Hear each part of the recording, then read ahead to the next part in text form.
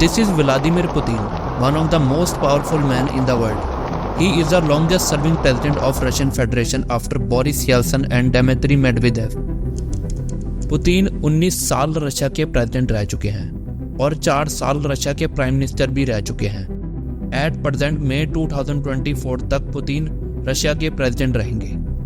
Putin 2024 में होने जा रहे रशियन प्रेसिडेंशियल इलेक्शन में एक बार फिर अपना नाम नेक्स्ट प्रेसिडेंशियल टर्म के लिए अनाउंस कर चुके हैं।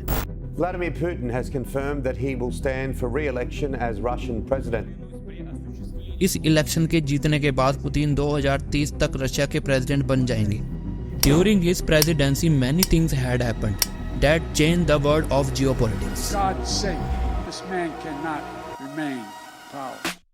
Russian leader Vladimir Putin. Russian President Vladimir Putin. Of the world's most powerful people this morning, topping the list, Russian President Vladimir Putin for solidifying control over his country.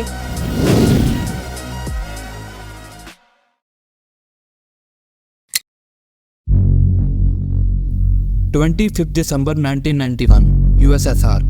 Mikhail Gorbachev resigned as the president of Soviet Union. С образованием Содружества независимых государств я прекращаю свою деятельность на посту президента СССР.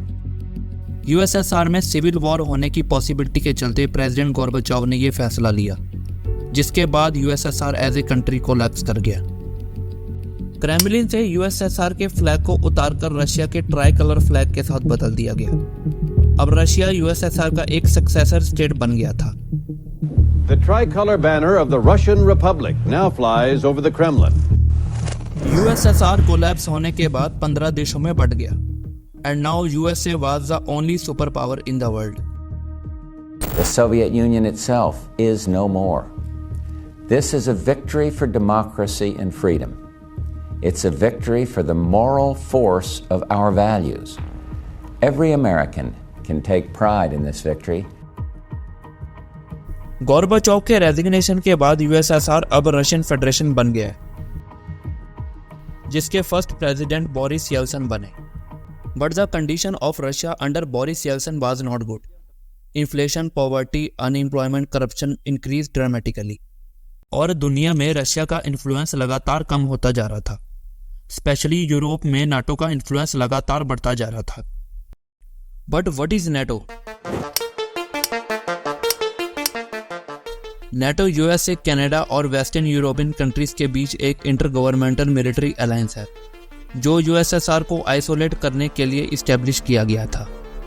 और इसके counter में USSR ने अपने alliance के साथ वार्सो pact sign किया। अगर कोई दूसरी कंट्रीज नाटो की किसी कंट्री पर अटैक करती हैं, तो नाटो ग्रुप की सारी कंट्रीज उस कंट्री पर फुल स्केल वॉर लॉन्च कर सकती हैं।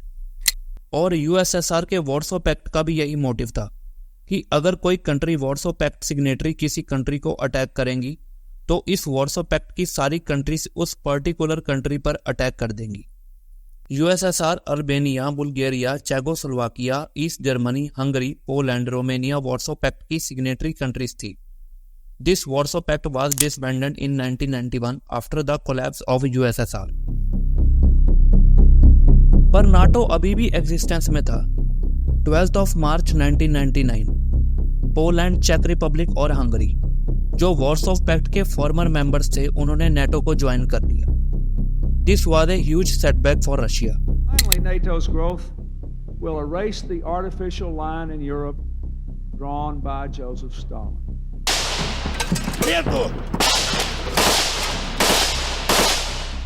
1994 में फर्स्ट वॉर ऑफ चेचनिया हुई, जब रशिया ने चेचनिया को इन्वेड कर दिया। ये वॉर 1996 तक चली, पर रशिया चेचनिया को पूरी तरह से ऑक्यूपाई नहीं कर पाया। वॉर के बाद रशिया और चेचनिया के बीच एक पीस ट्रीटी साइन की गई, जिसकी वजह से चेचनिया को टेरिटोरियल ऑटोनॉमी मिल गई। दोनों कंट्रीज के रिलेशंस बाद में ठीक हो गए थे, लेकिन फिर 7 अगस्त 1999 को चेचनिया के सेपरेटिस्ट ग्रुप्स ने दागिस्तान को इन्वेड कर दिया। दागिस्तान एक रशियन रिपब्लिक कंट्री था, जिसके बाद रशियन फोर्सेस ने सेपरेटिस्ट के खिलाफ एक्शन लेना शुरू कर दिया।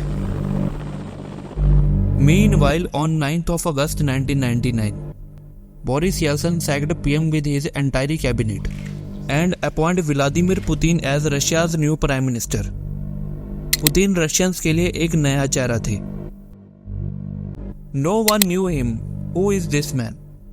पर जल्द ही लोगों को एहसास हो गया कि who is he. दागिस्तान में चेचनिया सेपरेटिस्ट और रशियन फोर्सेस के बीच कॉन्फ्लिक्ट चल ही रहा था कि इसी बीच सितंबर 1999 में मॉस्को की अपार्टमेंट बिल्डिंग्स में एक के बाद एक बॉम्बिंग्स होने लग गई. उन अपार्टमेंट बिल्डिंग्स में रशियन सोल्जर्स और उनकी फैमिलीज रहती थी.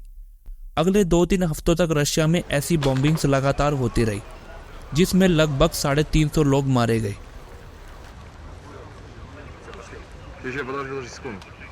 पुतिन ने इन बॉम्बिंग्स के पीछे चेचनिया के सेपरेटिस्ट ग्रुप्स को लायबल माना, जिसके बाद पुतिन ने चेचनिया पर full scale military operation launch कर दिया and gives Russian military a free hand to conduct the operation.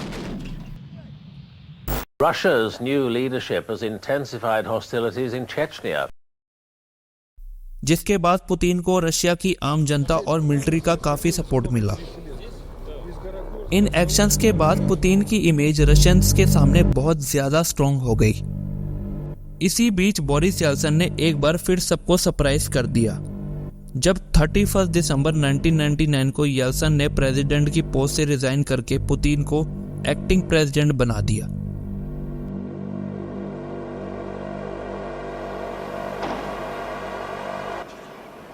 Year 2000 में हुए रशियन प्रेसिडेंशियल इलेक्शन में पुतिन 53.4% वोट के साथ 26 मार्च 2000 को रशिया के प्रेसिडेंट बन गए.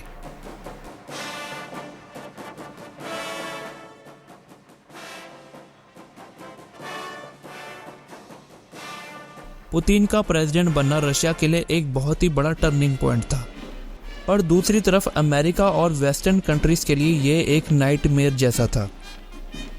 Putin wanted to make Russia great again, and he also had a plan to do so. On 31st December 2000, Putin announced a new national anthem for Russia, जो कि एक Soviet era का anthem था.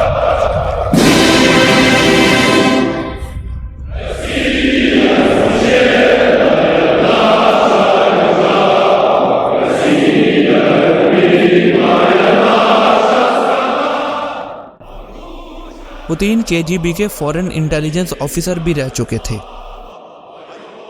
Putin had given a statement in which he said the collapse of Soviet Empire was the greatest geopolitical catastrophe of the century, which means Soviet union का collapse होना century का सबसे बड़ा geopolitical disaster था. Putin का Russia को फिर से एक पावरफुल कंट्री बनाने का प्रोजेक्ट यूएसए और वेस्टर्न कंट्रीज के लिए एक बहुत ही बड़ा चैलेंज बनता जा रहा था. इसी बीच 20th of January 2001 को जॉर्ज डब्ल्यू बुश यूएसए के 43rd प्रेसिडेंट बने. Preserve, protect, and defend the Constitution of the United States. The Constitution of the United States. So help me God. So help me God. Bush Republican party से थे. Generally ऐसा माना जाता है कि Republican party का stance Russia को लेकर थोड़ा सॉफ्ट रहता है. पुतिन भी यूएस रशिया रिलेशंस को नॉर्मलसी की तरफ ले जाना चाहते थे, और ये चांस दोनों कंट्रीज को मिला भी. 16th of June 2001 स्लोवेनिया में एक समिट हुआ जहां जॉर्ज डब्ल्यू बुश और व्लादिमीर पुतिन के बीच एक मीटिंग हुई. मीटिंग के बाद बुश और पुतिन के बीच एक ज्वाइंट प्रेस कॉन्फ्रेंस भी हुई, जहां बुश ने रशिया के साथ एक न्यू और ट्रस्टवर्दी रिलेशन स्टार्ट करने की बात की और पुतिन को एक ट्रस्टवर्दी इंसान बताया. I looked the man in the eye. I found it to be very straightforward and trustworthy. We had a very good dialogue. Slovenia में हुआ ये बुश पुतिन समिट काफी पॉजिटिव साबित हुआ.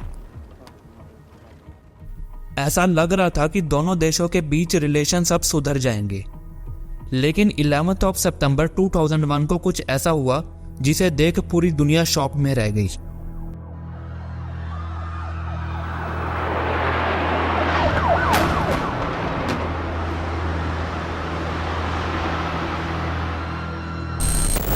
Now, some very, very sketchy details reaching us here at Sky Centre. Important enough to bring to you, though, at this early stage. We believe that a plane has crashed into the World Trade Center. A series of coordinated terrorist attacks carried out by terrorist group named Al-Qaeda against USA. 4 passenger planes को hijack किया गया, जिसमें से 2 plane world trade centre से जा टकराए, तीसरा plane military headquarter pentagon से जा टकराया और चौथा प्लेन पेंसिल्वेनिया में जमीन पर गिर गया। इस अटैक में लगभग 3000 लोग मारे गए। Bush announced a global war on terror and America's first target was al Qaeda, a Afghanistan based terrorist group. On my orders, the United States military has begun strikes against Al-Qaeda terrorist training camps and military installations of the Taliban regime in Afghanistan. These carefully targeted actions are designed to disrupt the use of Afghanistan as a terrorist base of operations and to attack the military capability of the Taliban regime. पर al Qaeda एक बहुत ही small group था जो अफगानिस्तान की गुफाओं में कहीं छुपा हुआ था। अल-कायदा को खत्म करना घास के मैदान में पिन ढूंढने जैसा था। It's very very difficult. US government एक क्लियर टारगेट चाहती थी so that they can show off their power to the whole world. Then they choose Saddam Hussein as their next target. पर सद्दाम हुसैन का 9/11 attacks में कोई involvement नहीं था। USA को एक कंक्लूसिव रीजन चाहिए था जिससे यूएसए सद्दाम हुसैन पर कोई एक्शन ले सके। सद्दाम हुसैन अमेरिका के लिए एक बहुत बड़ा चैलेंज भी बन गया था। ईयर 2000 में सद्दाम ने डॉलर के बदले अब यूरो में क्रूड ऑयल बेचना शुरू कर दिया, जिससे इराक क्रूड ऑयल का 5th लार्जेस्ट प्रोड्यूसर बन गया। फरवरी 2003 तक इराक ने 3 बिलियन बैरल्स ऑयल बेचकर 26 बिलियन यूरो कमाए।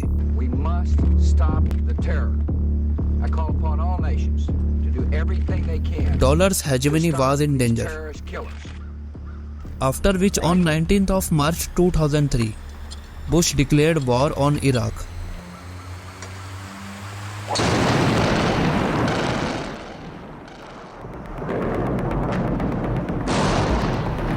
अमेरिका ने सद्दाम पर कई सीरियस एलिगेशंस लगाए कि सद्दाम के पास वेपन्स ऑफ मास डिस्ट्रक्शंस हैं जिसे सद्दाम यूज कर सकता है।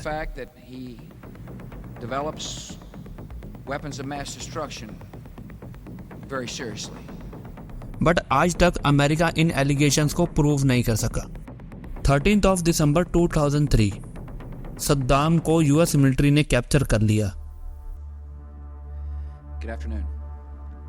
Yesterday, December the 13th, at around 8:30 p.m. Baghdad time, United States military forces captured Saddam Hussein alive. Saddam's regimes came to an end. पूरी दुनिया इस अनजस्टिफाइड वॉर को देखती रह गई, कोई इसे रुकवा नहीं पाया। उधर पुतिन यूएसए के इस बिहेवियर को देखकर काफी कंसर्न्ड थे। पुतिन ने इराक वॉर को अनजस्टिफाइड बताया, जिसके बाद यूएस रशिया के रिलेशंस जो सोल्वेनिया समिट के बाद थोड़े बहुत रिवाइव हुए थे वो भी खराब हो गए। पार्ट 2 में हम नाटो में हुए अब तक के सबसे बड़े एक्सपेंशन के बारे में जानेंगे और जानेंगे कि how America earn huge amount of profit and became beneficiary because of the conflicts erupted in Europe in last 20 years. और 1990s में कोल्ड वॉर खत्म होने के बावजूद why USA and Western countries are against Russia, and how this one man named Vladimir Putin emerged as a strongest leader in Europe. Till then, stay tuned.